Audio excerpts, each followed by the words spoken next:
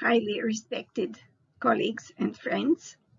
I'm very privileged to be able to address you as the keynote speaker today on a topic working from home, economic, social, and cultural aspects. My name is Ljiljana Markovic, and I'm a professor, currently advisor to the rector of Megatrend University in Belgrade. The reason I chose this topic is that it is very, very important to our situation today, especially during the pandemic, and also it will influence our future work, the way we work, and what we expect from our social life, from our cultural life, and of course from our economic performance.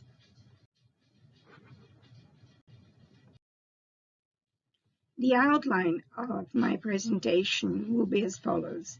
We will look at working from home as the oldest original work format, like in agriculture, in cottage industries, in medieval production, in pre-industrial revolution, artisan production, in industrial revolution, where we have the division of processes, specialization, and assembly, and also at factory or office, which of course become more all-important in this process. Then we will look briefly at the pre-pandemic working from home situation and the working from home situation during the COVID-19 pandemic in 2020, 2021, the beginning of this year, and of course in the future. And I hope we will arrive at some conclusions. So, working from home as the oldest, the actual original work format, which has always been there, because it is the way of working in agricultural production. We look at households, we look at the way people live, work, and take care of domestic animals. This is all done within the household or from home. There is no other way that one can take care of agricultural production, whether it is wheat or corn or fruit or dairy farming or some other form of agricultural production. It has to be actually worked, as it were, from home.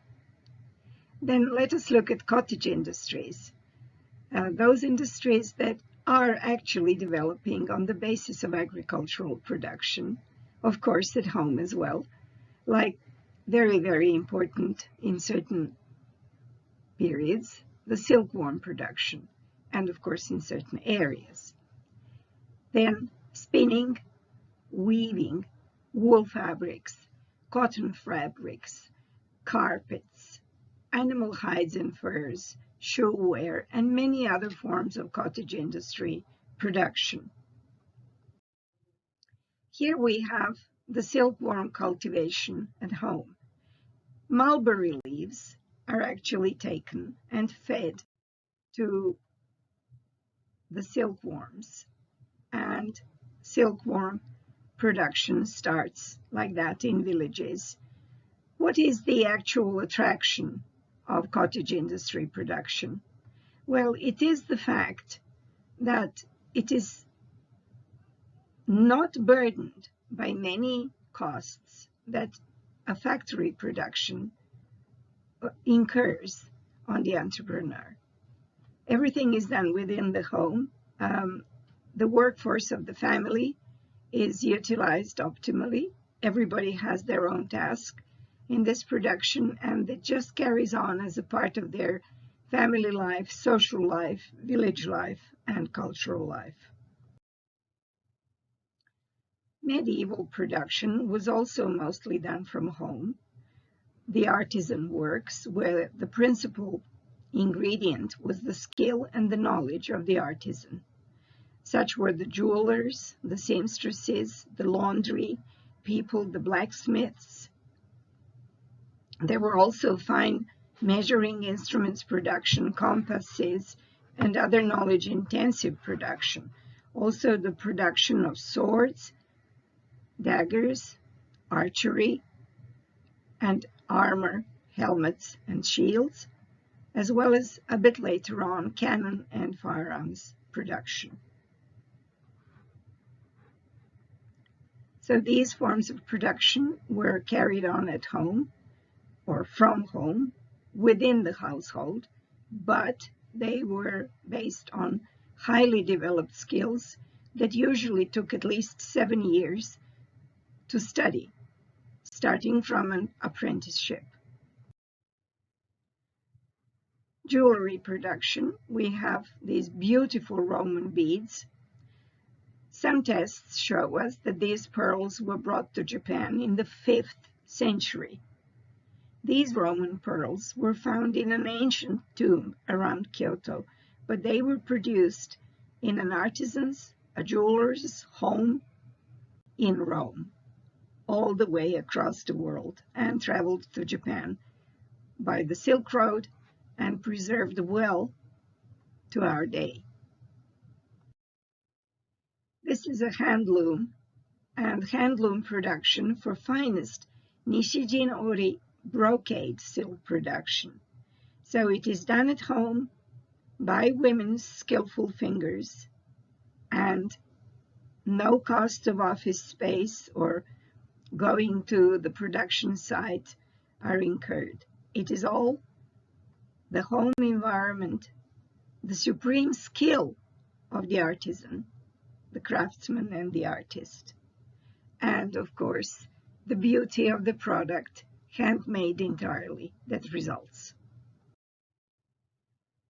Well, if we have a look at the pre-industrial revolution artisan production, we are talking about production that experiences division of labor and specialization, but it is based on long apprenticeships and various tasks which are connected to seafaring and commercial as well as navy activities.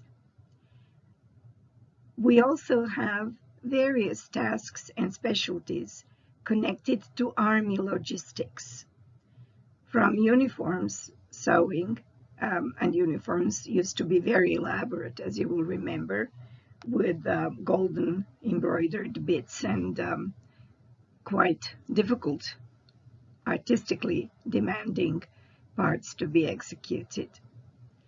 However, this artisan production did not include external power source because the steam engine had not been invented yet. So everything was done on the basis of human muscles or animal labor that helped. However, the main points were the division of labor and specialization.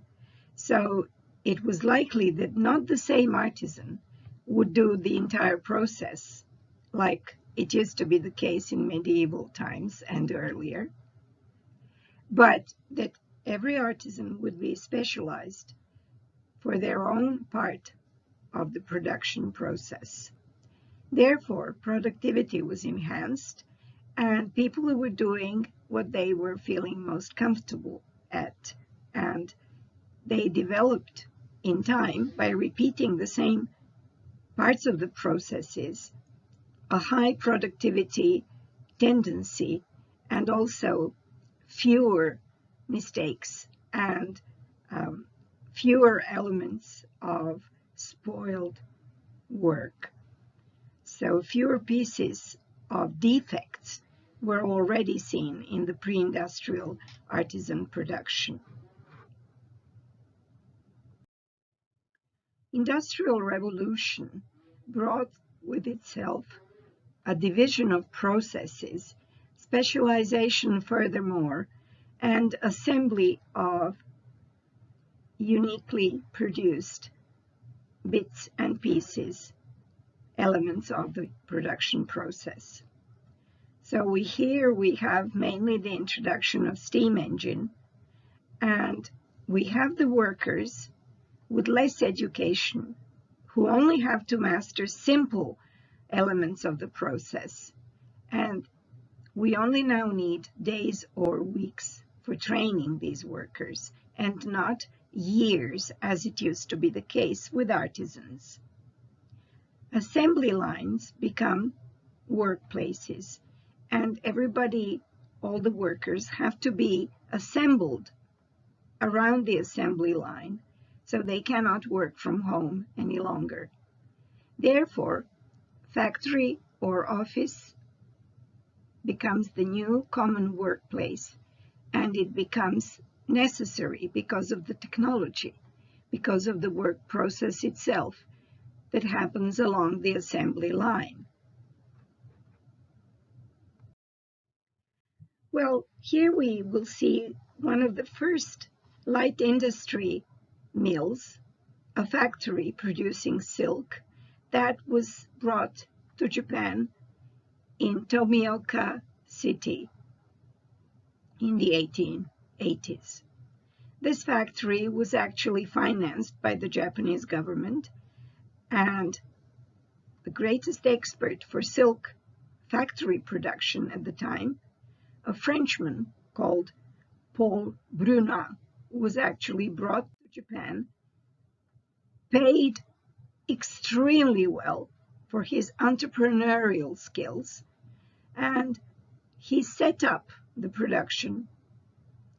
He considered what would be the state-of-the-art method of producing at the time, and brought all the innovation that he could think of to his new project, to his Tomioka silk factory in Japan. He was paid, like in gold, of course, something like 11 medium-sized houses per month. When he finished his setting up process and trained the Japanese entrepreneurs, managers, and workers, he was thanked and sent back to France. And the Japanese, in their process of modernization, which included the light industry first development model, emulated everything that was state-of-the-art in France. Likewise, they did for woolen fabrics. The machinery were all imported from Manchester. Also, the entrepreneurs, the engineers, and then Japan took off from that platform on its own. Well, why did factory or office become all important in this period, in the 19th century, and of course in the 20th? Well, they became important because they were places for productivity enhancement. Everybody had to be gathered in one place, working at the factory line, which was mainly the assembly line, but they also formed quality circles. They also exchanged views on how to improve the processes, how to add to the existing technologies to make them more efficient, and how to engage in social and sports activities as well as in cultural activities in their own new families or in their own new companies. It is well known that the equipment that came from Lancashire, from Manchester, was very quickly improved on by the Japanese workers, mainly female workers. They made ceramic parts that were better for handling and also more endurable than the wooden parts or even the metal parts, which tended to get rusty, that came with the original equipment. So a factory became a place for continuous productivity enhancement and for continuous technological improvement. The social activities meant that these workers that worked very hard for very long hours and that often slept on the shop floor could have some sports activities, some sports outings, could create amazing activities in their societies, could show their extracurricular interests and could make a factory or a company a place of social activity and also of betterment of social aspects of life in their society. Likewise, they had drama and poetry reading sessions. They even had songs, not only company songs, but also songs that depicted their hard work, very strenuous life efforts, but also their joy of life and their happiness for being factory workers, for being elevated from the agricultural setting of their homes, where their entire lives previously had been conducted. So it was the going out of home feeling that made a difference to their social life and also to the cultural activities of workers in the 19th and the 20th centuries. Well, pre-pandemic working from home, which was technologically conditioned and made possible by the high-speed internet, actually engaged only about 5% of workforce. Only about 5% of the entire workforce in highly developed countries worked from home. So the reason we can see here is the technological progress, the ability of these workers to work through the broadband internet, to have the results of their work immediately visible across the world. Such were the knowledge workers, like designers, translators, producers of different documents and texts. And of course, they were using the ease of working from home, which meant no commuting time and no money costs of commuting to the office, and also an ability to take care of the family members who were old or who were young, children or parents. And an additional benefit was, of course, healthier eating habits. That was made possible by simply being at home. It was really the largest ICT companies like the IBM who started experimenting with working from home first, so that by 2009, about 40% of their 399,000 employees actually worked from home.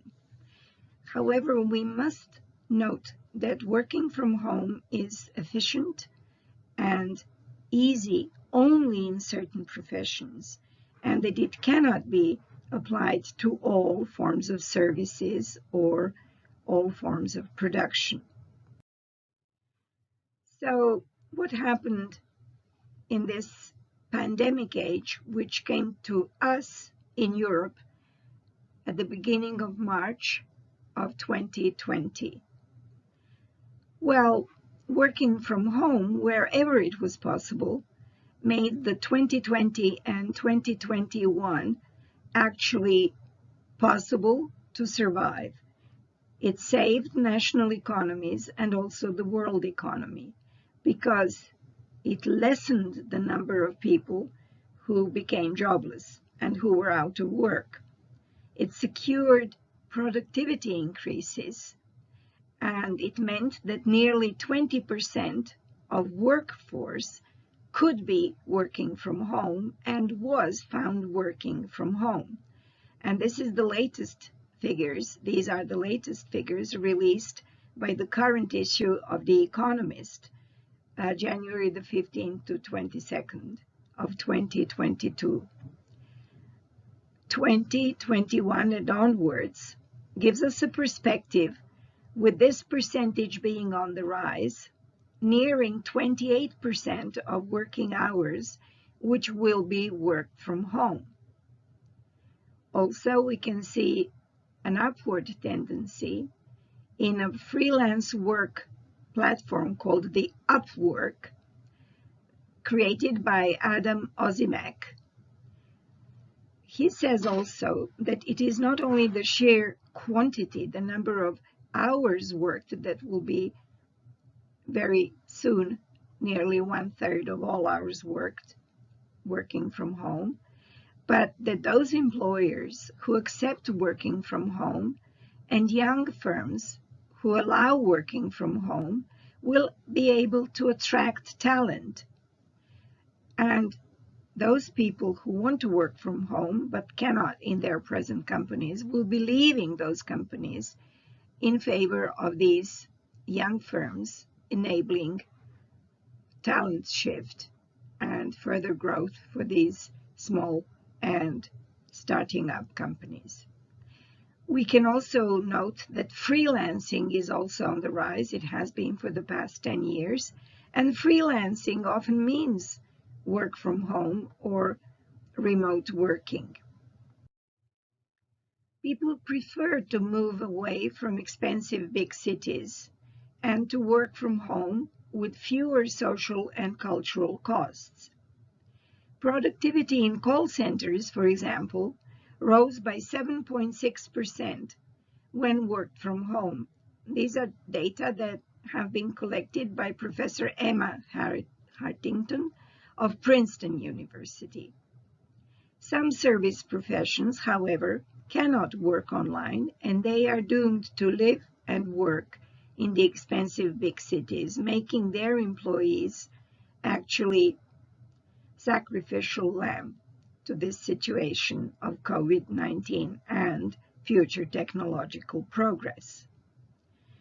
Well, let us look briefly at education. Education is, of course, a very significant portion of economic and cultural and social activity in the whole world, but particularly in the highly developed countries. We have the experience of some forms of education conducted and examined and certified online.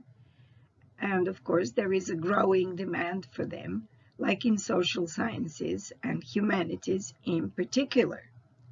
Some parts of the educational process can be conducted online, but exercises and internships cannot. Live contact, face-to-face work in the laboratory, teachers hand guiding the student is sometimes inevitable and all important. Towards some conclusions of our today's conversation and paper, we would like to stress that continuing technological progress will keep this upward trend for working from home, as working from home reduces costs of office space, office heating and cooling, etc., costs of commuting to work, costs of care of the elderly at home and the young at home. Because working from home, our colleagues, our workers, especially the women, can do a lot more for their elderly and their young than when they have to commute for long hours and work for long hours outside of home.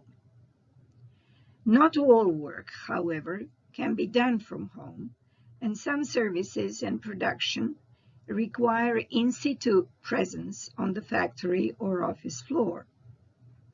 Education online or distance learning. Can we conduct examinations online as well, safely, or do they have to be face-to-face, like the legal provisions require in some countries, for example, in the Republic of Serbia?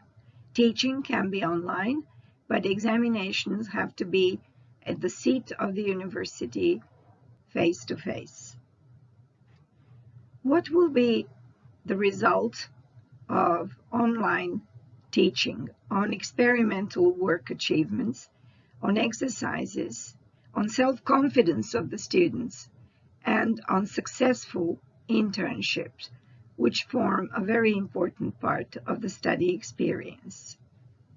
We have to look towards the future with an open eye to rapid technological advancement, which will make more and more tasks and operations possible to be conducted online. I would finally like to thank you for your attention and to wish you an enjoyable and successful conference, and also to keep hoping to see you soon face to face. All the best from Belgrade. Goodbye.